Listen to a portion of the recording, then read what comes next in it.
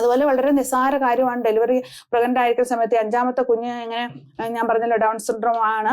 അപ്പൊ അവൾക്ക് എപ്പോഴും അപ്പോയിന്റ്മെന്റ്സ് ഉണ്ടായിരുന്ന ആദ്യത്തെ കാലങ്ങളിൽ. ഒരു വർഷത്തേക്ക് സ്ഥിരം ഒത്തിരി ഡോക്ടർ കൺസൾട്ടന്റ്മാരുടെ അപ്പോയിന്റ്മെന്റ് ഉണ്ട് ഇവിടുത്തെ രീതി അനുസരിച്ച്. നമ്മൾ എപ്പോഴും പോകണം, നമുക്ക് അപ്പോയിന്റ്മെന്റ് മിസ്സാക്കാനും പറ്റത്തില്ല. അപ്പൊ ഞാൻ ഇവർക്ക് 8 മാസമായപ്പോഴേക്കും ഞാൻ പ്രഗ്നന്റ് ആയി. എനിക്ക് പ്രഗ്നൻസി എന്ന് പറഞ്ഞാൽ വളരെ കഷ്ടപ്പാടാണ്. എന്റെ പ്രഗ്നൻസി വളരെ കഷ്ടപ്പാടുന്ന ഹൈപ്പറമസിസ് എന്ന് പറഞ്ഞാൽ എനിക്ക് ഫ്രം ദ ബിഗിനിങ് ഞാൻ അവസാനം ഡെലിവറി ചെയ്യുന്നിടം വരെ ഛർദ്ദിക്കും. അമ്മാതിരിയുള്ള ഛർദ്ദിയാണ്. ഒരു മണം കേൾക്കാൻ പാടില്ല, വീട്ടിലുണ്ടാക്കുന്ന ഫുഡിനോടൊന്നും. അങ്ങനെയൊക്കെ ഭയങ്കരമായൊരു, എനിക്കറിയത്തില്ല, എനിക്ക് വല്ലാത്തൊരു കഷ്ടപ്പാടാണ് എൻ്റെ പ്രഗ്നൻസി. അപ്പം ഈ കഷ്ടപ്പാടിന്റെ സമയത്ത് ഞാനിങ്ങനെ എനിക്ക് വലിയ കാര്യങ്ങൾ ചെയ്തേക്കാളും ദൈവം എന്നെ സ്പർശിച്ച് എനിക്ക് ഭയങ്കരമായ സന്തോഷം തോന്നി. കാര്യം നമ്മൾ ചെറിയ ചെറിയ കാര്യങ്ങൾ വേണമെന്ന് ആഗ്രഹിക്കുമ്പോൾ അപ്പം മറ്റുള്ളവരിലൂടെ കർത്താവ് അത് എനിക്ക് എത്തിച്ചു തന്നത് ശരിക്കും ഏഷ്യ പ്രവാചകനെ കാക്കയുടെ കയ്യിൽ ഫുഡ് കൊടുത്തുവിട്ട് പരിപാലിച്ചു എന്ന് പറഞ്ഞ പോലെ അങ്ങനെ പരിപാലിക്കുന്നത് ശരിക്കും അനുഭവിച്ചറിയാൻ സാധിച്ചിട്ടുണ്ട്. അത് ഞങ്ങളുടെ ജീവിതത്തിൽ എല്ലാ കാര്യത്തിലും വളരെ ശരിയാണ്. നിസ്സാരം ഇപ്പം ഒരു കൊച്ചിനൊരു അസുഖം വന്നു, ഒരു ഓഫ് ഡ്യൂട്ടി ഒന്ന് നമുക്കൊന്ന് മാറ്റിയെടുക്കണം, വെറുതെ മനസ്സിൽ വിചാരിക്കുക, ജസ്റ്റ് ഒന്ന് വിളിച്ചാൽ മതി, മാനേജറോ അല്ലെങ്കിൽ കൂടെയുള്ളവരോ പറയുമോ, ഒക്കെ ഞാൻ നിനക്ക് അഡ്ജസ്റ്റ് ചെയ്ത് തരാം. അങ്ങനെ പെട്ടെന്ന് എല്ലാ കാര്യങ്ങളും ഒരു സ്ട്രഗിൾ ഇല്ലാതെ നടക്കുന്നതായിട്ട് ഫീൽ ചെയ്തിട്ടുണ്ട്. ഓക്കെ, ഓഫ് കോഴ്സ് ഇത്രയും കുഞ്ഞുങ്ങളെ നോക്കുന്നതിൽ അതിൻ്റെതായ ബുദ്ധിമുട്ടുകൾ നമുക്കുണ്ട്. നമ്മൾ ചില ബുദ്ധിമുട്ടുകൾ കൂടെ, പ്രത്യേകിച്ച് ഒരുമിച്ച് അസുഖങ്ങളൊക്കെ 3-4 പേർക്ക് ഒരുമിച്ച് അസുഖമൊക്കെ വരുമ്പോൾ നമ്മൾ കടന്നു. പക്ഷെ നമുക്ക് നിത്യജീവനാണ് നമ്മളെ മുന്നോട്ട് നയിക്കുന്നത്. നമ്മൾ ഈ ഭൂമിയിലെ ചെറിയ കഷ്ടപ്പാടുകൾ, ഇതിനപ്പുറത്തേക്ക് നമുക്കൊരു ജീവിതമുണ്ട്. നമ്മളിവിടെ കൊടുക്കുന്ന ചെറിയ സഹനങ്ങൾക്ക് പോലും വലിയ വില കർത്താവ് തരും. കർത്താവ് നമ്മൾ എത്ര അവിശ്വസ്തരായിരുന്നാലും കർത്താവ് അവന്റെ വാഗ്ദാനങ്ങളിൽ വിശ്വസ്തനാണ്. ഉറപ്പായിട്ടും ചില പ്രോമിസുകൾ നമുക്ക് ജനറൽ ബ്ലെസ്സിങ് ആയിട്ട് പറഞ്ഞിട്ടുണ്ട്. അതിന്റെ കൂടെ ചില കാര്യങ്ങൾ നിങ്ങൾ ഇങ്ങനെ ചെയ്താൽ ഞാൻ ഇങ്ങനെ ചെയ്യാം എന്നുള്ള ബ്ലെസ്സിങ്സും ഉണ്ട്. അപ്പൊ കർത്താവ് നമ്മുടെ കാര്യത്തിൽ ഇടപെടുന്ന നമുക്ക് മാനസികമായ ബലഹീനതകൾ വരുമ്പോഴും നമ്മൾ വിശ്വാസത്തിൽ ചിലപ്പോൾ നമുക്ക് കോട്ടം തട്ടി നിൽക്കുമ്പോഴും കർത്താവ് നമ്മളെ പരിപാലിക്കും, കർത്താവ് നമ്മൾ ഓർപ്പിക്കും. ഞങ്ങളുടെ ജീവിതത്തിൽ ഏറ്റവും പ്രധാനമായിട്ട് ഞങ്ങൾക്ക് തോന്നിയ വേറൊരു കാര്യം, ഞങ്ങളുടെ ജീവിതത്തിൽ ഒരു സ്ട്രഗിൾ വന്നു. അപ്പൊ അതിനെപ്പറ്റിയുള്ളൊരു വചനം, ഞങ്ങൾക്ക് മുഴുവൻ വചനങ്ങളും കാണാതെ അറിഞ്ഞിട്ടൊന്നുമല്ല, പക്ഷെ ആ പെക്കുലർ വചനം പെട്ടെന്ന് കർത്താവ് ഓർമ്മിപ്പിക്കും. ഇങ്ങനെയല്ലേ വചനത്തിൽ പറഞ്ഞിരിക്കുന്നത്. പെട്ടെന്ന് മനസ്സ് ശാന്തമായി. പിന്നെ ആ 2-3 ദിവസത്തിനുള്ളിൽ ആ കാര്യത്തിനൊരു തീരുമാനമാവുന്നത് ഞങ്ങൾ ശരിക്കും അനുഭവിച്ചറിഞ്ഞിട്ടുണ്ട്. ഇങ്ങനെ ഞങ്ങൾ പറയുമ്പോൾ ഞങ്ങൾക്ക് മുഴുവൻ വചനങ്ങളും കാണാതെ അറിഞ്ഞിട്ടല്ല, പക്ഷെ ആ ഒരു കാര്യത്തെ പറ്റിയുള്ള വചനം അങ്ങോട്ട് പെട്ടെന്ന് ഞങ്ങൾക്ക് ഓർമ്മ വരും. ഞങ്ങൾ അത് ക്ലെയിം ചെയ്യും, അത് പ്രാർത്ഥിക്കും. വചന സത്യമാണെന്നുള്ള വിശ്വാസം ഞങ്ങൾക്ക് വല്ലാത്തൊരു ആശ്വാസം തരും. പിന്നെ ഞങ്ങളുടെ കാര്യങ്ങൾ സ്മൂത്ത് ആയിട്ട് നടക്കും. ഇത് ഞങ്ങൾക്കും ഞങ്ങളുടെ കാര്യത്തിലും ഞങ്ങളുടെ കുഞ്ഞുങ്ങളുടെ കാര്യത്തിലും കുഞ്ഞുങ്ങളും അത് അനുഭവിച്ചറിഞ്ഞിട്ടുണ്ട്.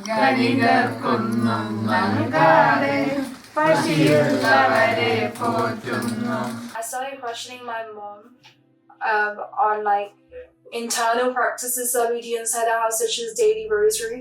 And I only started questioning her recently because I learned in my for my catechism exam that one of the 7 sins against the Holy Spirit is not trying to find out the truth or altering the truth. So I actually wanted to know, like, my mom always makes sure that me and all my siblings are present for family rosary. So I asked her what is like I did know the rosary was some sort of powerful prayer, but what is the true meaning behind the rosary? So she explained to me that every Hail Mary, we're reversing the will of Satan, because Mary is the lead role that reversed the will of Satan, and we're repeating the words that she said at the Annunciation. And second of all, there's 15 mysteries that are attached to the rosary. Like, for example, one of the mysteries is that you will die a prepared death. One of the promises is that you will die a prepared death. So my mom makes sure that no matter how busy we are, it's really difficult with like so many members to do the rosary all together, because like one of the children start crying and me or my parents have to take them, or like another child, they have to go to the toilet during the middle of the rosary. So it's like hard to do the rosary like one go, but she'll make sure that all of us are present and that all of us do the rosary and like actively take part in it. And the second thing that my mom does is she incorporates sacramentals in our house, such as holy water. So before we leave, all of my siblings leave for school, she makes sure me and all my siblings, we drink holy water before we go to school. And before all of us go to bed, she gives it to me. I sprinkle holy water in all my siblings' room. And this is because sacramentals are almost like sacraments, not at the same level, but they are like symbolic. It's a symbolic way of showing like God is present in your life, and sacramentals according to church help you to become holy and like Christ. So my mom is very adamant that we take our daily sacramentals. And the third thing, one of the other aspects that both of my parents strive, even as a big family, is taking us to weekly confession, because we don't know the time or date that we're going to die. So confession reduces our time in purgatory, and also it amends our relationship with God and develops virtues such as humility, because as humans, in our nature, we don't always face the reality of our actions, but confession allows us. And my mom always reminds me and my sibling that the priest is Jesus on earth. So it's our duty to go and confess our sins to God, because Jesus is God. So it's our duty and responsibility to say our sins to God, and as confession is the sacrament, we receive the grace to not repeat those same sins again. One thing my mom is very adamant also on is the way that we dress, because not only should we be like Christ on the inside, we should be like Christ on the outside. And in Romans it says to not, just because everyone is doing something, to not follow the same pattern. And we live in a very like hyper-sexualized world where, and in like a death culture, where people just don't have any more like value, not like, they don't have the same values, they don't have Christian values. And so my mum tries to make sure the outfits we're wearing also resemble Christ. And my mum and dad, they spend individual time with all of the members of my family and talk to us about Catholic teachings such as purgatory, because as humans, if we won't do certain actions, we won't thrive to be something unless there is a result for the actions. So what my mum has recently started doing is she has started making us watch this YouTube channel called Uniquely Mary, and it's this guy, he's read nearly every single book that the mystics and saints have written in different languages, and he's made videos in English talking about purgatory in depth to show us that there are consequences for our actions, and this temporary earthly life will only last for this many years. So we're all called to be saints, and it's our duty to live a life according to God's will. And it's mostly me that watches the videos as the eldest, and I make sure the knowledge I get from these videos, I pass it down onto my siblings, because that's my duty as the eldest child. And also my parents gave me this much knowledge, and Jesus himself said to go and spread the good news. So it's what I do in school is, to my friends, I try and share the knowledge and faith that I have, because if you know something's good and true, it's your duty to go and share the good news with others. So I try and talk to them about God and my Catholic faith, and I also try and talk to them about the value of having this many siblings. I learned from having this many siblings lots of virtues and qualities, such as having a lot of patience, because when you're in a big family, things don't always go the way that you want to have it. You have to adapt to like certain situations and like other people's feelings. And also I really can empathize, I've noticed, compared to like other people. Like I can understand when someone's left out, because growing up in a big family, you always have to like consider other people. So that naturally becomes a part of you, to always consider other people's feelings and emotion. And obviously when I was younger, I always knew that children were a gift of God. But as I grew older, I can really see the gift like becoming like visible, not just in my life, in other people's life. Like when we go to church, like people are just like so mesmerized by my family. Like there is something I've noticed, that people that have like the biggest families, they usually have like the happiest members and the happiest individuals. But not only do we have a big family, we live a life according to Christ's will. So that's where true happiness comes from, and that's what my parents have told. ഞങ്ങൾ ജോലി ചെയ്യുന്ന സ്ഥലത്ത് ഞങ്ങൾക്ക് പിള്ളേരുണ്ടായപ്പോൾ ആദ്യം ഇങ്ങനെ കൂടുതൽ പിള്ളേർ 4 പിള്ളേരൊക്കെ കഴിഞ്ഞ് കഴിഞ്ഞപ്പോൾ ചെറിയ ചെറിയ രീതിയിലുള്ള കളിയാക്കളികളൊക്കെ കിട്ടി. പക്ഷെ അതിനൊക്കെ ഞാൻ ചിരിച്ച് ആരെങ്കിലും എന്തെങ്കിലും പറഞ്ഞാലും ഞാനൊന്നും മറുപടി പറയാറില്ല, പതുക്കെ ചിരിക്കാറേ ഉള്ളൂ. അങ്ങനെയൊക്കെ ആയപ്പോൾ അത് പതുക്കെ അങ്ങ് മാറി അവർക്കെല്ലാം. പിന്നെ മാനേജ്മെന്റിന്റെ ഭാഗത്തുനിന്ന് എപ്പോഴും ഞങ്ങൾക്ക് നല്ല സപ്പോർട്ട് ഉണ്ടായിരുന്നു. മാനേജർമാരെ ഞങ്ങൾക്ക് ഇപ്പോൾ ഒരു കൊച്ചുണ്ടാകുന്ന സമയത്ത് എനിക്ക് കുറച്ചു കാലത്തേക്ക് അവധി വേണമെന്ന് പറയും, മാനേജർ ഉടനെ എനിക്ക് തരും. 6-7 മാസം കഴിഞ്ഞൊക്കെ ഞാൻ ഡ്യൂട്ടിക്ക് വരുള്ളൂ. അന്നേരത്തേക്ക് ഒരു 7-8 മാസം മുമ്പ് മാനേജർ വിളിക്കും, നീ ജോലിക്ക് വരുന്നുണ്ടോ എന്ന് ചോദിക്കും. അപ്പം ഞാൻ പറയും ഓക്കെ ഞാൻ ജനുവരി മുതൽ വരാം എന്നൊക്കെ പറയും. അപ്പോൾ അന്ന് പോലും പുള്ളിക്കാരത്തി എന്നോ എനിക്ക് ഡ്യൂട്ടി വേണ്ടതെന്ന് ചോദിക്കും. ഞാനൊരു ഫിക്സഡ് ഡേ പറയും, ആ ഡേ തന്നെ എനിക്ക് പുള്ളിക്കാരത്തി ഡ്യൂട്ടി തരും. അങ്ങനെ ആകുമ്പോൾ എളുപ്പമുണ്ട് പിള്ളേരെ നോക്കാൻ. പിന്നെ പുള്ളിക്കാരത്തി എനിക്ക് ഒരിക്കലും ഞായറാഴ്ച ഡ്യൂട്ടി ഇല്ല. ഞാൻ പുള്ളിക്കാരത്തോട് എക്സ്പ്ലെയിൻ ചെയ്തിട്ടുണ്ട്, ഞങ്ങൾ കാത്തലിക്കായിട്ട് പ്രാക്ടീസ് ചെയ്യുന്ന ആൾക്കാരാണ്. അപ്പോൾ ഞങ്ങൾക്ക് ഞായറാഴ്ച ഡ്യൂട്ടി ചെയ്യാനൊരു ബുദ്ധിമുട്ടുണ്ട്. ഞങ്ങൾ അതിനുവേണ്ടി ദൈവത്തോട് കൂടെ പ്രാർത്ഥിച്ചായിരുന്നു, കർത്താവ് പറ്റുമെങ്കിൽ ഞങ്ങൾക്ക് ഞായറാഴ്ച അവോയ്ഡ് ചെയ്യാനുള്ളൊരു ഇത് തരണമേ എന്ന്. അപ്പോൾ അതനുസരിച്ച് ഞങ്ങൾക്ക് 2 പേർക്കും ഞായറാഴ്ച ഡ്യൂട്ടി ചെയ്യേണ്ടാത്ത രീതിയിൽ ഞങ്ങളുടെ മാനേജർമാർ ഒരിക്കലും ഞായറാഴ്ച ഞങ്ങൾക്ക് ഡ്യൂട്ടി ഇടില്ല. അവർക്ക് പള്ളിയിൽ പോകണം, അങ്ങനെ ഉള്ള കാര്യങ്ങളൊക്കെ അവർക്കറിയാം. അതുകൊണ്ട് ഞങ്ങൾക്ക് ഒരിക്കലും ഞായറാഴ്ച ഡ്യൂട്ടി ചെയ്യേണ്ട ഒരു ഇത് വരുന്നില്ല. ഇവിടെ നമ്മുടെ പിള്ളേർ ഇപ്പൊ ഈ രാജ്യത്ത് ഇങ്ങനെ ഫുൾ പ്രൊഫഷണലാണ് ജീവിക്കുന്നത്. എല്ലാം അവർക്ക് ഒന്നിനും ഒരു പഞ്ഞമില്ലാത്തൊരവസ്ഥയുണ്ടല്ലോ. അപ്പൊ ഞങ്ങള് ഇങ്ങനെ കുഞ്ഞു കുഞ്ഞു കാര്യങ്ങൾ ഞങ്ങൾ മറ്റുള്ളവരെ സഹായിക്കാൻ വേണ്ടി നാട്ടിലായാലും ഒക്കെ ചെയ്യുന്നത്. അതുപോലെ ഞങ്ങൾ ഒരു കൂടുതൽ കുഞ്ഞുങ്ങളുടെ ഒരു കുടുംബത്തെ ഞങ്ങൾ ഇത് സഹായിക്കുന്നുണ്ട്. അപ്പൊ അതൊക്കെ ഞങ്ങൾ പിള്ളേരോട് പറയും. കാരണം നമ്മളത് ഇതിനു വേണ്ടിയിട്ടല്ല പറയണേ, പിള്ളേർക്ക് പറഞ്ഞ് മനസ്സിലാക്കി കൊടുക്കുകയാണ്. ഇങ്ങനെയുള്ള ആളുകൾ ലോകത്ത് ജീവിക്കുന്നുണ്ട്. നമുക്കിപ്പോൾ ഇത്രയും പിള്ളേരുണ്ട്, ഇവിടെ എല്ലാ സൗകര്യങ്ങളും ഉണ്ട്. പക്ഷെ അതുപോലെയല്ല, വേറെ ഒന്നുമില്ലാത്ത അവസ്ഥയിൽ നിന്നും ആളുകൾ ഇന്ന് കുഞ്ഞുങ്ങളെ സ്വീകരിക്കുന്നുണ്ട്.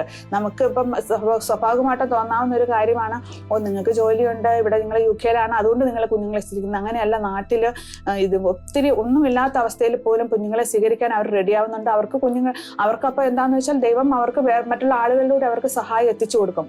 കഷ്ടപ്പാടുകളിലൂടെയും ബുദ്ധിമുട്ടുകളിലൂടെ ഉറപ്പായിട്ട് ഏതെങ്കിലും രീതിയിൽ എല്ലാ മനുഷ്യരും അവരുടെ ജീവിതത്തിൽ കടന്നു പോകും. അത് വിവിധ ചിലപ്പോൾ അവർ ഇമോഷണലി ആയിരിക്കും, ചിലപ്പോൾ സ്പിരിച്വലി ആയിരിക്കും, ചിലപ്പോൾ സാമ്പത്തികമായിട്ടായിരിക്കും. ഏതെങ്കിലും രീതിയിൽ കൂടെ എല്ലാവരും കടന്നു പോകും. അപ്പം എനിക്കും ഉണ്ടായിരുന്നു, ആദ്യമൊന്നും എനിക്കും അറിയത്തില്ലായിരുന്നു.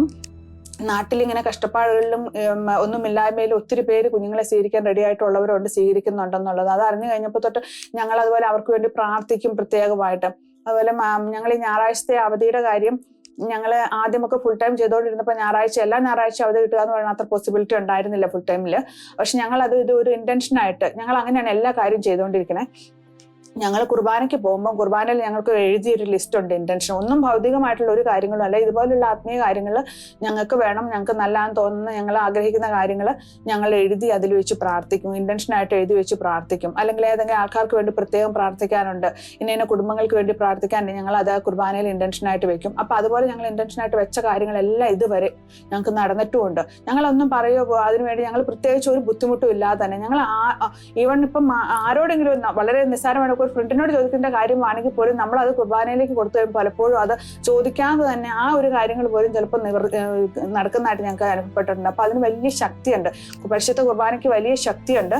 പിന്നെ നമ്മൾ വെറുതെ ഇങ്ങനെ ഒരു റുട്ടീനായിട്ട് കുർബാനയ്ക്ക് പോകാതെ ഞങ്ങൾ എപ്പോഴും പിള്ളേരോട് പറയും, നമ്മളൊരു ഇന്റൻഷൻസും ആയിട്ട് പോകണം. അത് നമുക്ക് ഭൗതികമായ അത് വേണം ഇത് വേണം എന്നുള്ള ചോദിക്കലല്ല, ആത്മാക്കൾക്ക് വേണ്ടിയുള്ള ചോദ്യം, ശുദ്ധീകരണ സ്ഥലത്തെ ആത്മാക്കൾക്ക് വേണ്ടിയുള്ള പ്രാർത്ഥന. നമ്മുടെ ജീവിതത്തിൽ നമുക്ക് ആത്മീയമായിട്ടുള്ള കാര്യങ്ങൾ എന്തെങ്കിലും നേടാനുണ്ടെങ്കിൽ അവിടെ അത് വെക്കുക. ഭൗതികമായി ഒന്നും ചോദിക്കേണ്ടെന്നല്ല, ദൈവം നമ്മുടെ അപ്പനാണ്, നമുക്ക് എന്തും നടത്തി തരും, നമുക്ക് ചോദിക്കാനുള്ള പെർമിഷൻ ഉണ്ട്. പക്ഷെ അത് മാത്രമല്ല, അതിനേക്കാൾ ഉപരി നമ്മൾ ആത്മീയമായിട്ടുള്ള കാര്യങ്ങൾ ചോദിക്കണമെന്ന് എപ്പോഴും പറയും. അങ്ങനെ ഞങ്ങൾ ഇതുവരെ എഴുതി വെച്ച് അങ്ങനെ പരിശുദ്ധ കുർബാനയ്ക്ക് മുന്നേ അതെടുത്ത് ഞങ്ങൾ പ്രാർത്ഥിക്കും. ഇപ്പൊ എനിക്ക് പറ്റുവാണെങ്കിൽ എല്ലാ ദിവസവും ഒന്നും പറ്റിയില്ലെങ്കിലും ചിലപ്പോൾ കുർബാനയ്ക്ക് പോകുന്നതിന് തൊട്ട് മുന്നേ ആയിരിക്കും, അല്ലെങ്കിൽ തലേ ദിവസം രാത്രിയിൽ എടുത്ത ഇന്റൻഷൻ ഒന്നും കൂടി ഈശോയ്ക്ക് സമർപ്പിക്കും. പരിശുദ്ധ അമ്മയുടെ വിമല ഹൃദയത്തിലൂടെ ഞങ്ങൾ ഇത് ഈശോയ്ക്ക് തരുവാന്ന് പറഞ്ഞ് ഈശോയ്ക്ക് സമർപ്പിക്കും. അങ്ങനെയുള്ള കാര്യങ്ങളിൽ കർത്താവ് പെട്ടെന്ന് നേരിട്ട് ഇടപെടുന്നതായിട്ട് ഞങ്ങൾക്ക് പലപ്പോഴും ഫീൽ ചെയ്തിട്ടുണ്ട്. അങ്ങനെ നമുക്ക് കാത്തലിക്സ് ആയിരിക്കുമ്പോൾ നമുക്ക് കിട്ടുന്ന നമ്മുടെ സാക്രമെന്റ്സ് ആൻഡ് സാക്രമെന്റൽസ്, നമ്മൾക്ക് കുദാശകളുണ്ട്, അതുപോലെ നമുക്ക് ഇതുപോലെ വെഞ്ചരിച്ച വെള്ളം, ഇതൊക്കെ നമുക്ക് വലിയ ശക്തിയാണ് ഞങ്ങൾക്ക്. ഞങ്ങൾ പിള്ളേർ സ്കൂളിൽ പോകുന്നതിന് മുന്നേ എപ്പോഴും ഞങ്ങളടക്കം എല്ലാവരും രാവിലെ വെഞ്ചരിച്ച വെള്ളം കുടിക്കും. അതുപോലെ വൈകുന്നേരം അവർ കിടക്കുന്നതിന് മുന്നേ, ഞങ്ങൾ കിടക്കുന്നതിന് മുന്നേ എല്ലാവർക്കും ഒന്നും കൊടുക്കാനുള്ള ഒരു സാഹചര്യം ഉണ്ടാവില്ല. പലരും പല സമയത്ത് പല പ്രായത്തിലുള്ള പിള്ളേരായതുകൊണ്ട് കിടക്കുമ്പോൾ ഞങ്ങൾ ഹോളി വാട്ടർ സ്പ്രിങ്കിൾ ചെയ്യും, വെള്ള റോസ് സ്പ്രിങ്കിൾ ചെയ്ത് പ്രാർത്ഥിച്ച് ശ്വാസപ്രമാണം ചൊല്ലിയേ കിടക്കുകയുള്ളൂ. അതുപോലെ സമയം കിട്ടുമ്പോഴൊക്കെ ഇടയ്ക്കിടയ്ക്ക് ഞാൻ വീടിന്റെ ചുറ്റും നടന്ന് ഞങ്ങൾ അതുപോലെ ജെറിക്കോ പ്രയർ പോലെ പ്രാർത്ഥിച്ച് വെഞ്ചരിച്ച വെള്ളമൊക്കെ തെളിച്ച് ഞങ്ങളത് കൃത്യമായി യൂസ് ചെയ്യാൻ അവരെ പഠിപ്പിച്ചിട്ടുണ്ട്. ഇനിയിപ്പോൾ ഞാൻ എന്തെങ്കിലും ഒരു ദിവസം ഞങ്ങൾ മറക്കാന്ന് വരികിൽ അവർ തന്നെ ഇങ്ങോട്ട് ചോദിക്കും, ഇന്ന് വെഞ്ചരിച്ച് വെള്ളം ഇല്ലേ നമുക്ക് അന്ന് ചോദിക്കും. ചെറിയ പിള്ളേരൊക്കെ പ്രത്യേകമായിട്ട് എടുത്ത് ചോദിച്ചാൽ അവർ അത് മേടിച്ചോണ്ട് പോകത്തുള്ളൂ സ്കൂളിൽ. അതുപോലെ കുരിശുവരെ കഴിയുമ്പോൾ പരമാവധി എല്ലാ ദിവസവും അല്ല, ചിലപ്പോഴൊക്കെ ഞങ്ങൾ ചില പിള്ളേരും ഉറങ്ങിപ്പോകും, ചിലപ്പോൾ കുഞ്ഞു പിള്ളേർ പ്രത്യേകിച്ചും അവർ, എന്നാലും പരമാവധി ദിവസങ്ങളിൽ ഓരോരുത്തരും തലയിൽ കൈവച്ച് പ്രാർത്ഥിക്കും, ബ്ലെസ്സിങ് ചെയ്യാറുണ്ട്. അത് അവർ തന്നെ ചോദിച്ച് മേടിച്ചോളും. ഇനിയിപ്പം അഥവാ നമുക്ക് എന്തെങ്കിലും ഒരു നമ്മൾ ചിലപ്പോൾ ഞാൻ കൊച്ചുമായിട്ട് ചിലപ്പോൾ ഒന്ന് മുകളിലോട്ട് കയറിപ്പോയെങ്കിൽ അവിടെ വരും ചോദിച്ചോണ്ട്, അല്ലെങ്കിൽ മത്തിൻ്റെ അടുത്തേക്ക് ചെല്ലും അവർ തന്നെ ചോദിച്ചോണ്ട്. കുഞ്ഞു പിള്ളേർക്കൊക്കെ അതൊരു റുട്ടീനായി, വലിയൊരു അങ്ങനെ തന്നെയാണ്, അവർ ചോദിച്ച് മേടിക്കും. അതൊക്കെ ഞങ്ങൾക്ക് വലിയൊരു ശക്തിയായിട്ട് നമുക്ക് തോന്നിയിട്ടുണ്ട്. നമ്മളിങ്ങനെ പുറം രാജ്യത്ത് നമുക്ക് പ്രത്യേകിച്ച് നമ്മുടെ കുടുംബക്കാരും സപ്പോർട്ട് ചെയ്യാൻ, നമ്മൾ തന്നെ നമ്മുടെ കാര്യങ്ങൾ ചെയ്യുന്ന, നമുക്ക് ജോലിയുണ്ട്, സ്കൂളിൽ നമ്മൾ തന്നെ കൊണ്ടുപോയി വിടണം, സ്കൂളിൽ നിന്ന് കൊണ്ടുവരണം, ഇങ്ങനെയുള്ള എല്ലാ വിഷയങ്ങളും വരുമ്പോൾ നമുക്ക് തന്നെ പറ്റത്തില്ല. നമ്മുടെ കൂടെ കർത്താവുണ്ട്, കർത്താവ് നമ്മളെ സഹായിക്കുമ്പോൾ മാത്രം നമുക്ക് ഇതെല്ലാം ചെയ്യാൻ പറ്റുള്ളൂ. കർത്താവിൽ പൂർണ്ണമായിട്ട് ആശ്രയിച്ച് ജീവിക്കാനുള്ള ഒരു കൃപ ഞങ്ങൾക്ക് കർത്താവ് തന്നെ. എല്ലാ കാര്യത്തിലും പൂർണ്ണമായിട്ട് കർത്താവിൽ ആശ്രയിക്കുക. ഒരു അല്പം പോലും ഞങ്ങളുടേതായിട്ട് ഞങ്ങൾ വെക്കുന്നില്ല, പൂർണ്ണമായി കർത്താവിൽ ആശ്രയിക്കുക. അത് പിള്ളേർക്കും പറഞ്ഞു കൊടുത്തിട്ടുണ്ട്. അത് അവരവരുടെ ജീവിതത്തിൽ പരമാവധി പ്രാക്ടീസ് ചെയ്യാൻ അവർക്ക് അതൊക്കെ ഇൻസ്റ്റിലായിട്ടുണ്ട്. അവർ മുഴുവനായിട്ട് പുറത്തേക്ക് എടുത്തിട്ട് ഇപ്പോൾ വരുന്നില്ലെങ്കിലും അവർക്കത് ഹൃദയത്തിൽ രൂഢമൂലമായിട്ടുണ്ട്. കർത്താവ് ഞങ്ങളെ കാക്കും, നമുക്ക് കർത്താവിനോട് ചോദിക്കാം, ഈശോ എന്ത് വേണേ, ഈശോയുടെ അടുത്ത് എന്ത് വേണേലും ചോദിക്കാം, ഈശോ ചെയ്തു തരും, ഈശോ സഹായിക്കും, ആവശ്യങ്ങളിൽ സഹായിക്കും. പിന്നെ കഷ്ടപ്പാടുകൾക്കും സഹനങ്ങൾക്കും വലിയ അർത്ഥം ഉണ്ടെന്നുള്ള കാര്യം ഞാൻ എപ്പോഴും അവരോട് പറയും. അങ്ങനെ നമ്മുടെ എല്ലാ കാര്യങ്ങളും അങ്ങനെ നടന്ന് എല്ലാം ഭംഗിയായി പോകുന്നതിലല്ല, നമ്മുടെ ജീവിതത്തിൽ ചെറിയ ചെറിയ സഹനങ്ങൾ വന്ന് അങ്ങനെയാണ് നമ്മുടെ വിശ്വാസം വളരുന്നത്. നമുക്ക് ഇപ്പൊ ഒരു വിശ്വാസം ഉണ്ട്, അതിന്റെ അപ്പുറത്തിലേക്ക് ഒരു നമ്മൾ വിശ്വാസം എന്ന് പറയുന്നത് അങ്ങനെ നിൽക്കുന്ന ഒരു സ്റ്റാറ്റിക് ആയിട്ട് നിൽക്കുന്ന ഒരു സംഭവമല്ല. അത് നമ്മളുടെ പ്രായം കൂടുന്നതിനനുസരിച്ച് വളർന്നു വരണം. അപ്പൊ പിള്ളേരും ഓരോ കുഞ്ഞു പ്രായത്തിൽ കുഞ്ഞു സാധനങ്ങൾ ഇച്ചിരിയുടെ വലുതാകുമ്പോൾ കൂടുതൽ അങ്ങനെ നമ്മൾ വിശ്വാസം നമ്മുടെ പരീക്ഷിക്കപ്പെട്ട് നമ്മൾ കടന്നു പോകുമ്പോഴാണ് നമ്മൾ വിശ്വാസത്തിൽ കൂടുതൽ നമ്മൾ വിശ്വാസികളായി മാറുന്നത്. അതൊരു എന്നാ പറയുന്നത്, ഒരു ബ്ലൈൻഡ് ഫെയ്ത്തിൽ കാര്യമില്ല. അപ്പൊ അതുകൊണ്ട് തന്നെ നമ്മളിങ്ങനെ കാത്തലിക്കായിട്ട് ജനിച്ചു, അതുകൊണ്ട് പള്ളിയിൽ പോകും, പിന്നെ പേരൻസ് പള്ളിയിൽ പോകും, നന്നാ കാറിക്കയറിയിരുന്ന് പള്ളിയിൽ പോയേക്കാം, അങ്ങനെ ഒരു ചിന്തയല്ല. എന്തുകൊണ്ട് ഹോളി മാസിന് പോകണം, എന്തുകൊണ്ട് വൈകുന്നേരം പ്രാർത്ഥിക്കണം, എന്താണ് നമ്മൾ ഈ ചെയ്യുന്ന ഓരോ കാര്യങ്ങളുടെ അർത്ഥം, കൺഫെഷൻ ചെയ്യേണ്ടതിന്റെ ആവശ്യം എന്താണ്, ഇങ്ങനെയെല്ലാം അവർ ചോദിക്കും, ഞങ്ങൾ പറഞ്ഞു കൊടുക്കാറുണ്ട്. അപ്പൊ പറഞ്ഞു കൊടുക്കണേ നമ്മൾ ഇതൊക്കെ അറിയണം. അപ്പൊ അറിയാൻ വേണ്ടി ഞങ്ങളും പരമാവധി ശ്രമിക്കും. പിന്നെ പരമാവധി ഞങ്ങളെപ്പോഴും പ്രാർത്ഥിക്കുക, ഈശോയുടെ ദൈവമേ പിള്ളേർ ചോദിക്കുന്ന ക്വസ്റ്റ്യൻ അവർക്ക് മനസ്സിലാകുന്ന രീതിയിലും ശരിയായിട്ട് നീ ആഗ്രഹിക്കുന്ന ഒരു ഉത്തരം കൊടുക്കാനുള്ള ജ്ഞാനം ഞങ്ങൾക്ക് നൽകണം. ഞങ്ങൾക്ക് ഒന്നും അറിയില്ല, ഞങ്ങളുടെ ചെറുപ്പത്തിലൊന്നും ഞങ്ങൾ ഇങ്ങനെയുള്ള കാര്യങ്ങളൊന്നും അറിഞ്ഞിട്ടുമില്ല. ഞങ്ങൾ ഇതുപോലെ ഇവിടെ വന്ന് ഇങ്ങനെ അറിഞ്ഞതിന് ശേഷം ഞങ്ങൾ കൂടുതൽ അറിയാൻ ഉള്ളൊരു ശ്രമം നടത്തിയിട്ടുണ്ട്. അപ്പോൾ ഞാൻ പിള്ളേരോട് പിന്നെ വേറെ പറഞ്ഞു കൊടുക്കുന്ന ഒരു കാര്യമാണ്, എളിമ എന്ന് പറഞ്ഞാൽ സത്യമാണ്. അപ്പൊ നമ്മളിങ്ങനെ പ്രാർത്ഥിക്കുന്ന വ്യക്തികളായതുകൊണ്ട് നമ്മൾ എന്ത് കണ്ടാലും ഇങ്ങനെ കണ്ണടച്ച് എന്ത് തിന്മ സമൂഹത്തിൽ നടന്നോട്ടെ, അല്ലെങ്കിൽ എന്ത് കണ്ടാലും ഇങ്ങനെ ഞാൻ കണ്ടില്ല, ഇത് എന്നെ അഫക്ട് ചെയ്യുന്ന കാര്യമല്ല, അല്ലെങ്കിൽ ഞാൻ കാത്തലിക് ആയതുകൊണ്ട് ഇതെല്ലാം കണ്ടില്ല പെട്ടെന്ന് അതിന് പ്രാർത്ഥിച്ചാൽ മാത്രം മതി. അങ്ങനെയല്ല, പ്രാർത്ഥനയോടൊപ്പം പ്രവർത്തനവും വേണം. അപ്പൊ ഞങ്ങൾ പറയും, നമുക്ക് എന്തെങ്കിലും കാര്യത്തിൽ പ്രതികരിക്കേണ്ടതുണ്ടെങ്കിൽ നല്ല രീതിയിൽ ഈശോ എങ്ങനെ പ്രതികരിക്കുക ആ കാര്യത്തോടെന്നുള്ള രീതിയിൽ ഒന്ന് ചിന്തിച്ചിട്ട് പരിശുദ്ധാത്മാവിനോട് പ്രാർത്ഥിച്ചിട്ട് നമ്മൾ പറയേണ്ട കാര്യങ്ങളാണെങ്കിൽ പറയുക. നമ്മളെല്ലാം അങ്ങനെ കണ്ണടച്ച് ഒന്നും കണ്ടില്ല കേട്ടില്ല എന്ന് അങ്ങനെ ഇരിക്കാനല്ല. അതല്ല വിശുദ്ധി, അല്ലെങ്കിൽ അതല്ല പ്രാർത്ഥനയുടെ അരൂപി എന്നുള്ള കാര്യം ഞാൻ അവർക്ക് കൃത്യമായിട്ട് മനസ്സിലാക്കി കൊടുക്കും. കാരണം പ്രത്യേകിച്ച് നമ്മളിപ്പോൾ ജീവിക്കുന്ന ഈ സമൂഹത്തിൽ പിള്ളേർ അവിടെ പോയി അയ്യോ അവരെന്ത് വിചാരിക്കും അങ്ങനെ വിചാരിക്കുകയല്ല. നമ്മൾ ഈശോയുടെ അഭിപ്രായം ചോദിക്കണം, പരിശുദ്ധാത്മാവിനെ പ്രവർത്തിക്കാൻ അനുവദിച്ചിട്ട് ആ കാര്യത്തെപ്പറ്റി നിനക്കുള്ള വ്യൂ അല്ല ബിബ്ലിക്കൽ വ്യൂ അവിടെ പറയണമെന്ന് ഞാൻ പിള്ളേരോട് പറയാറുണ്ട്.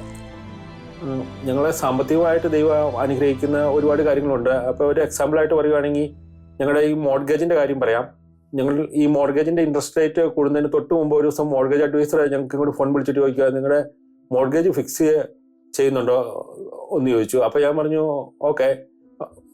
അപ്പോൾ അവർ പറഞ്ഞു ഇപ്പോൾ ആണെങ്കിൽ 1.39 ഇൻട്രസ്റ്റ് റേറ്റേ ഉള്ളൂ, നിങ്ങൾക്ക് അത് വേണ്ടി ഞാൻ ചെയ്തു തരാമെന്ന് പറഞ്ഞു. അപ്പോൾ ഞങ്ങൾ സമ്മതിച്ചു. അങ്ങനെ 5 വർഷത്തേക്ക് ഞങ്ങൾക്ക് പുള്ളിക്കാരൻ പറഞ്ഞു 5 വർഷത്തേക്ക് 2 വർഷത്തെ ഉണ്ട് 5 വർഷത്തെ ഉണ്ട്, ഏതാ വേണമെങ്കിലും നമുക്ക് ചെയ്യാം എന്ന് പറഞ്ഞു. അപ്പോൾ 5 വർഷത്തെ മോർഗേജ് എന്നുള്ള രീതിയിലേക്ക് ഞങ്ങൾ പോയി.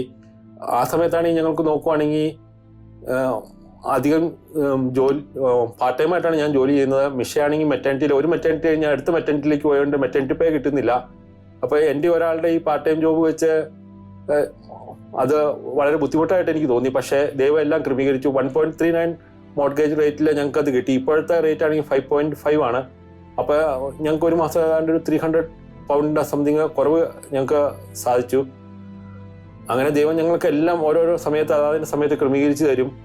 ഞങ്ങളുടെ ഫ്രണ്ട്സ് എപ്പോഴും ഞങ്ങളോട് ചോദിക്കും, നിങ്ങൾക്ക് എങ്ങനെയാണ് ഇതൊക്കെ സാധിക്കുന്നത്? ഞങ്ങളെ കൊണ്ട് പോലും 2 പിള്ളേരുള്ളവരെ കൊണ്ട് പോലും എല്ലാ മാസവും ഭയങ്കര ടൈറ്റായിട്ടാണ് കാര്യങ്ങൾ ചെയ്യാൻ പറ്റുന്നത്.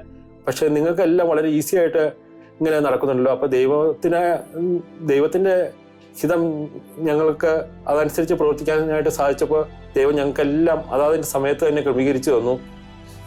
എല്ലാവരെയും പോലെ ഞാൻ യുകെയിലെത്തിയപ്പോൾ എനിക്ക് ലോകത്തിൻ്റെതായിട്ടുള്ള രീതിയിൽ ജീവിക്കണമെന്നായിരുന്നു എൻ്റെ ആഗ്രഹം.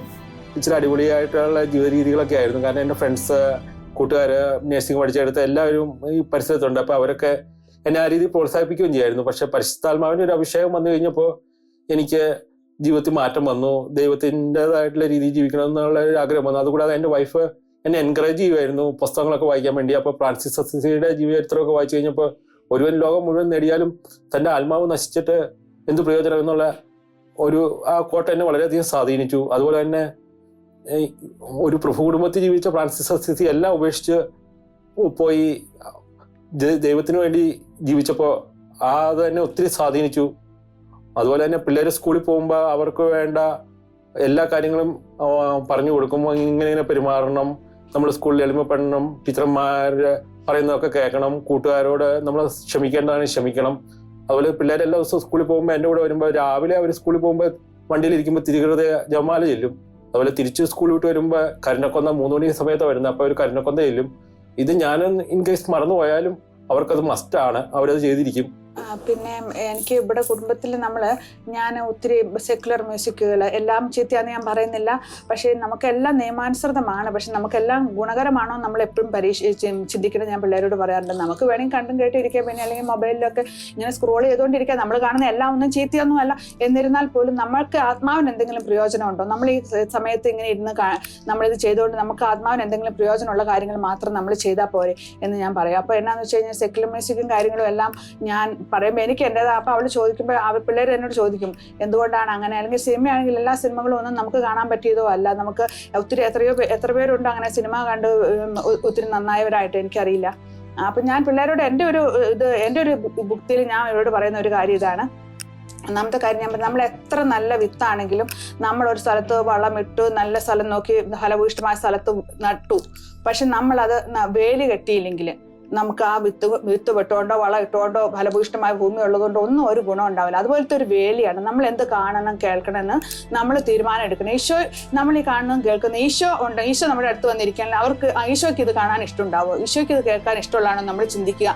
അങ്ങനെ നിങ്ങൾക്ക് അതിനൊരു ആൻസർ എസ് ആണെങ്കിൽ എസ് യു ക്യാരി ഓൺ, ഇല്ലെങ്കിൽ നിങ്ങൾ അത് അവിടെ സ്റ്റോപ്പ് ചെയ്യണം എന്നുള്ളത് ഞാൻ പറഞ്ഞു കൊടുക്കാറുണ്ട്. പിന്നെ രണ്ടാമത്തെ കാര്യം പറയും, ഇച്ചിരിയൊക്കെ കുഴപ്പമുണ്ടോ, ഇച്ചിരി പാപം കുഴപ്പമുണ്ടോ, അല്ലെങ്കിൽ ഇച്ചിരി അങ്ങനെയൊക്കെ കുഴപ്പമുണ്ടോ എന്നാ ചോദിക്കുമ്പോൾ ഞാൻ അതിൻ്റെ ഒരു ഉദാഹരണം ഞാൻ അവരോട് എപ്പോഴും പറയുന്നത്, ഒരു triple layer chocolate cake, okay well and good, നന്നായിട്ടിരിക്കുന്നു. പക്ഷെ അതിന് ഒരു സിംഗിൾ ഡ്രോപ്പ് സയനൈഡ് നമ്മൾ തേച്ചാൽ ആ കേക്ക് കഴിച്ച് നമ്മൾ മരിക്കും. അതുപോലെ തന്നെയാണ് പാപത്തിന്റെ അവസ്ഥയും.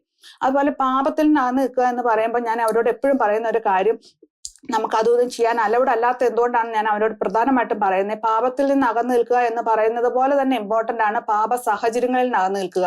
നമ്മൾ പാപ സാഹചര്യങ്ങൾക്ക് ഇടയിൽ നമ്മൾ ആയിരിക്കുമ്പോൾ നമുക്ക് പാപം ചെയ്യാനുള്ള ചാൻസുകൾ വളരെ കൂടുകയാണ്. അപ്പൊ നമ്മൾ 5, 6 വയസ്സ് അല്ലെങ്കിൽ 7, 8, 13 വയസ്സായുള്ള പിള്ളേരോട് നമ്മളെ ഒരു പാപത്തിന്റെ എല്ലാ ചെയ്യാനുള്ള സാഹചര്യങ്ങൾ ഒരുക്കിയതിനു ശേഷം നിങ്ങൾ ചെയ്യരുതെന്ന് പറയുന്നത് വലിയ കാര്യമില്ല. അപ്പൊ പാപ സാഹചര്യങ്ങളിൽ നിന്ന് അകന്നു നിൽക്കുക എന്നുള്ള പാപം ചെയ്യാതിരിക്കാനുള്ള ഒന്നാമത്തെ ഒരു മെത്തേഡ് അതാണ്, പാപം ചെയ്യാതിരിക്കാനുള്ള ഒരു മെത്തേഡ്.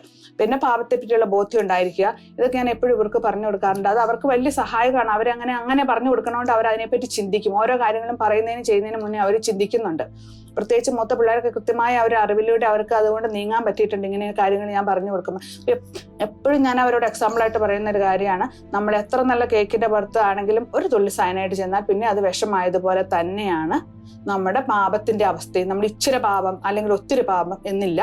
നമ്മുടെ വാക്ക് അതെ എന്നോ അല്ല എന്നായിരിക്കും എന്ന് പറഞ്ഞ പോലെ എസ് ഓർണോ, അങ്ങനെ 2 കാര്യമുള്ളൂ. ഇച്ചിരി അതിന്റെ ഇടയ്ക്കുള്ള ഒരു ഏർപ്പാട് നമുക്കില്ല എന്ന് പറയും. എൻ്റെ വൈഫിന്റെ ഓരോ ഡെലിവറി കഴിയുമ്പോഴും എനിക്ക് അത്ഭുതമായിരുന്നു പുള്ളിക്കാരത്തിൻ്റെ ഓർത്ത്. കാരണം 5 ഡെലിവറി കഴിഞ്ഞു, പിന്നെ 6, 7, 8 സിസേറിയൻ ആയിരുന്നു. അപ്പോൾ അടുപ്പിച്ചടുപ്പിച്ചുള്ള സിസേറിയൻ വരുമ്പോൾ പുള്ളിക്കാരത്തിക്ക് എന്തെങ്കിലും ആരോഗ്യ പ്രശ്നങ്ങൾ വരും. പലരും പറയും ഭയങ്കര ആരോഗ്യ പ്രശ്നം വരും, നടുവിനുവേദന വരും, അവളെ കൊണ്ട് എഴുന്നേറ്റിരിക്കാൻ പറ്റാതെ വരും, നിനക്കെങ്കിലും ഇച്ചിരി ബോധമില്ല, നീ നേഴ്സല്ലേ, ഇങ്ങനെ അടുപ്പിച്ച് ഇങ്ങനെ സിസേറിയൻ വന്നാൽ. പക്ഷേ പുള്ളിക്കാരത്തി ഡെലിവറി കഴിഞ്ഞ് വന്നിട്ട് എന്നെ അത്ഭുതപ്പെടുത്തിക്കൊണ്ട് പിറ്റേ ദിവസം അടുക്കളയിൽ കയറി കുക്കിംഗ് തുടങ്ങും. ഇത് കാണുമ്പോൾ എനിക്ക് പലപ്പോഴും അത്ഭുതമായിരുന്നു, ഇതെങ്ങനെ സാധിക്കുന്നു. എല്ലാവരും പറയണു അവർക്ക് എഴുന്നേറ്റിരിക്കാൻ പറ്റില്ല, നടുവിന് വേദന, ബെഡ് റെസ്റ്റ് വേണം. പക്ഷേ ഒരിക്കലും ഇങ്ങനെ ബെഡ് റെസ്റ്റ് എടുക്കുന്നത് ഞാൻ കണ്ടിട്ടില്ല. അപ്പൊ എനിക്കിത് ദൈവത്തിന്റെ ഒരു പ്രത്യേക ഒരു കൃപ ഞങ്ങൾക്ക് ലഭിച്ചിട്ടുണ്ട്. അതുകൊണ്ടായിരിക്കും ഇങ്ങനെ സാധിക്കുന്നത് ഞാൻ പൂർണ്ണമായിട്ട് ഉറച്ചു വിശ്വസിക്കുന്നു. എൻ്റെ ഇങ്ങനെ സിസേറിയൻ കഴിഞ്ഞിട്ട് ഞാൻ ആദ്യമായിട്ട് തന്നെ എനിക്ക് സിസേറിയൻ്റെ അനുഭവം. സത്യം പറഞ്ഞാൽ ഞാൻ നഴ്സിംഗ് പഠിച്ചപ്പം ലേബർ റൂമിലെ കരച്ചിലും പിടിച്ചിലും ഒക്കെ കേട്ട് ആദ്യകാലങ്ങളിൽ ഞാൻ വിചാരിച്ചിരുന്നു എനിക്ക് പിള്ളേർ വേണ്ട, കാരണം ഇതിൽ കൂടെ ഒന്നും എനിക്ക് പിള്ളേർ ഭയങ്കര ഇഷ്ടമാണ്, പക്ഷേ ഈ പെയിനിൽ കൂടെ കടന്നു പോകണ്ട, അങ്ങനെ ഒരു രീതിയിലായിരുന്നു ഞാൻ ചിന്തിച്ചുകൊണ്ടിരുന്നത്. പക്ഷേ പിന്നെ കല്യാണം കഴിഞ്ഞ് പിന്നെ സ്വാഭാവികമായിട്ട് നമുക്ക് അപ്പോഴേക്കും കുറച്ചും കൂടി മച്യൂരിറ്റി ആയി, പിള്ളേർ ഇല്ലാതെ അല്ലെന്ന് മനസ്സിലായി. അപ്പോഴും ഞാനിങ്ങനെ സിസേറിയൻ്റെ അടുത്തേക്ക് വന്നു കഴിഞ്ഞപ്പം 6ാമത്തെ ഇതുപോലെ എനിക്ക് എമർജൻസി സിസേറിയൻ ആയിരുന്നു. അപ്പോൾ അതുകൊണ്ട് തന്നെ ഒന്നും അറേഞ്ച്ഡ് അല്ലായിരുന്നു. ഇങ്ങനെ സിസേറിയൻ നോർമൽ ഡെലിവറി പ്രതീക്ഷിച്ചാണ് പോയത്. എമർജൻസി സിസേറിയൻ ഞാൻ തിരിച്ചു വന്നു. പക്ഷെ വന്നിട്ട് എന്തോ എനിക്കറിയില്ല, എന്നെ കർത്താവ് പ്രത്യേകം കരുതിയതുപോലെ ഞാൻ പിറ്റേ ദിവസം രാവിലെ തന്നെ അരി ഇട്ടു, ഞാൻ കുക്കിംഗ് തുടങ്ങി. എനിക്കൊന്നും ഒരു വേദനയോ അങ്ങനെ പ്രത്യേകിച്ചോ, ഇടയ്ക്കൊരു വേദന വരും, അപ്പോൾ അതിൻ്റെ പെയിൻ കില്ലർ ഉണ്ടല്ലോ, അത് നമ്മൾ കഴിച്ചു. പിന്നെ ഞാൻ മൂവ് ഓൺ ചെയ്തു, എനിക്കൊന്നും ഉണ്ടായില്ല. അതുപോലെ എൻ്റെ 7ഉം 8ഉം പിന്നെ സിസേറിയൻ തന്നെയാണ്. അപ്പോൾ 7ാമത്തെ സിസേറിയൻ കഴിഞ്ഞ് 3 മാസം കഴിഞ്ഞപ്പോൾ 4ാം മാസം ഞാൻ പ്രഗ്നൻ്റ് ആയി. ഞാൻ ഇന്ന് വരെ കണ്ടിട്ടില്ല ഒരു സിസേറിയൻ കഴിഞ്ഞ് 4ാം മാസം പ്രഗ്നൻ്റ് ആയ കേസ് ഞാനും കേട്ടിട്ടില്ല. പക്ഷെ എൻ്റെ ഹൃദയത്തിൽ എനിക്ക് ഉറപ്പുണ്ടായിരുന്നു, കാരണം കൂടുതൽ കുഞ്ഞുങ്ങളുള്ളത് ഉണ്ടായതുകൊണ്ട് ഞാൻ മരിക്കില്ല. കാരണം എല്ലാവർക്കും ഒരു പേടിയുണ്ടല്ലോ, ഇത് മരണത്തിൽ ഇങ്ങനെ ബ്ലീഡിങ് ഉണ്ടാവും അല്ലെങ്കിൽ റപ്ചർ ഉണ്ടാവും. പക്ഷേ ഞാൻ അന്വേഷിച്ച് എപ്പോഴും എൻ്റെ മുറിവിൽ കൈവച്ച് പ്രാർത്ഥിക്കുമായിരുന്നു. ഒന്നാമത്തെ കാര്യം ഞാൻ പറയാം, എൻ്റെ ദൈവമാണ് മുറിവ് ഉണക്കുന്നത്. അപ്പോൾ എനിക്ക് ഉറപ്പാണ് ദൈവം അവിടെ ടച്ച് ചെയ്തിട്ടുണ്ട്, മുറിവ് അവൻ ഉണക്കിയിട്ടുണ്ട്. 2ാമത്തെ കാര്യം യേശയ്യായുടെ പുസ്തകത്തിൽ പറയുന്ന പോലെ ദൈവമാണ് എൻ്റെ ആയുസിൻ്റെ ഉറപ്പ്. കർത്താവ് നമുക്ക് ഓരോരുത്തർക്കും മരിക്കാൻ ഒരു സമയം വെച്ചിട്ടുണ്ട്, അപ്പം മരിക്കും. അല്ലാതെ കൂടുതൽ കുഞ്ഞുങ്ങളുണ്ടായതുകൊണ്ട് ദൈവഹിതം നിറവേറ്റാൻ വേണ്ടി നമ്മൾ പരിശ്രമിക്കുമ്പോൾ അതിൻ്റെ പേരിൽ നമുക്കൊന്നും സംഭവിക്കില്ലെന്ന് എനിക്ക് ഒരു പരിസ്ഥാനം ഒരു വലിയ ബോധ്യം തന്നു. അതിൻ്റെ പുറത്താണ് അങ്ങനെ ഞാൻ പ്രഗ്നൻ്റ് ആയത്. അപ്പം 7ാമത്തെ ഡെലിവറി സിസേറിയനാണെന്ന് പറഞ്ഞല്ലോ. സിസേറിയൻ കഴിഞ്ഞ് ഇങ്ങനെ 8ാമത്തെ സിസേറിയന് വേണ്ടി കിടക്കുമ്പം അറിയുന്ന സർജൻസ് ആണ്. അപ്പോൾ അവർ എന്നോട് പറഞ്ഞു, അനസ്തെറ്റിസ്റ്റും അറിയും. അപ്പം അവരിങ്ങനെ സിസേറിയൻ കിടക്കുമ്പോൾ എന്നോട് പറഞ്ഞു, നീ എന്നതാ നിനക്ക് ഇങ്ങനെ കിടന്നാൽ മതിയില്ല, ഞങ്ങളല്ലേ ചെയ്യുന്നതെന്നൊക്കെ പറഞ്ഞു. ഇങ്ങനെ പറഞ്ഞു, തമാശയിട്ട് വേണം പറഞ്ഞു. പക്ഷെ ഞാൻ ഒന്നും മിണ്ടിയില്ല, ഞാൻ പ്രാർത്ഥിച്ചുകൊണ്ട് കിടന്നു. പക്ഷേ ആ മുറിവ് സിസേറിയൻ അങ്ങ് തുടങ്ങി കഴിഞ്ഞിട്ട് പിന്നെ അവരൊന്നും മിണ്ടിയില്ല. കാരണം അത്രമാത്രം നന്നായിട്ട് ഒരു അഡീഷൻസോ ഒന്നും ഇല്ലാതെ കർത്താവിനെ പരിപാലിച്ചിരുന്നു. അവർക്കൊന്നും പറയേണ്ട ആവശ്യം വന്നില്ല അവിടെ. അങ്ങനെ ദൈവം പരിപാലിച്ച വഴികൾ.